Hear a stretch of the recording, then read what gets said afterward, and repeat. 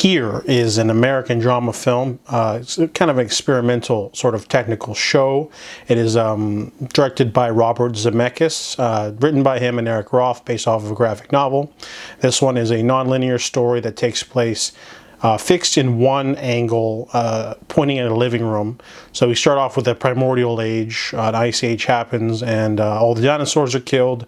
The ice age happens and life begins, and we follow a Native American tribe as they, whenever we dip to that couple, it's basically just a man and a woman building a life together, having children.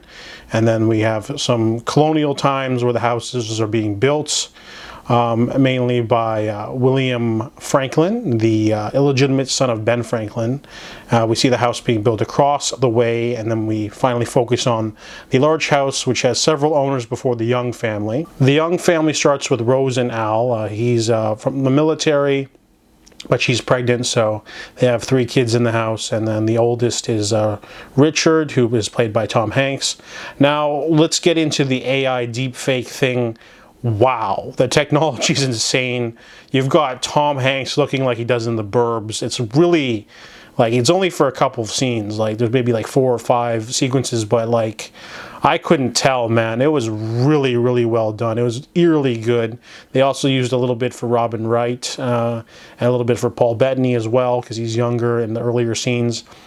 We also have a lot of, I wouldn't say they're filler scenes, but they're like other families and other couples that have lived in that house. So there's the first couple who lived there in the 20s. They had a family, and then there's the one after, a bohemian couple that lived there in the 40s. Finally, the 50s with Al and Rose, and then later Richard and his family, and he has a couple. He has a daughter with his wife Margaret. They marry young.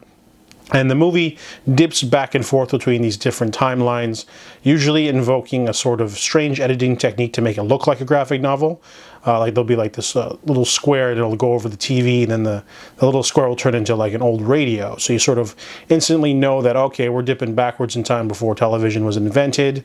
So there's that aspect. But there are times when this movie feels a little bit stagey. I do love Paul Bettany as an actor, but he honestly has a lot of monologues that just feel very stage play, where everything sort of stops and he just sort of talks for his monologues. Didn't quite like that, but there's some sad, more tragic moments that definitely feel a little bit more authentic in that regard. Also, there's some sort of choices to have certain events happen in the house that you'd think that wouldn't normally happen in a house, like a funeral, there's a wedding, there's a lot, most living rooms are for Christmas dinners and like things like that. There's a lot of weird events that happen in that living room just for the sake of it happening from that point of time.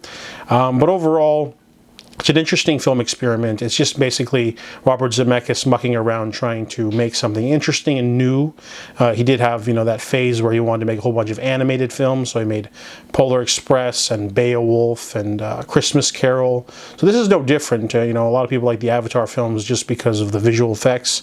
But here is an interesting sort of just pushing the bounds of technological marvel of de-aging, because they already tried to do that with Indiana Jones and the Dial of Destiny, but it didn't look right, and it'd be hard to do an entire movie like that. But from a fixed angle, it looked really realistic for Tom Hanks anyway.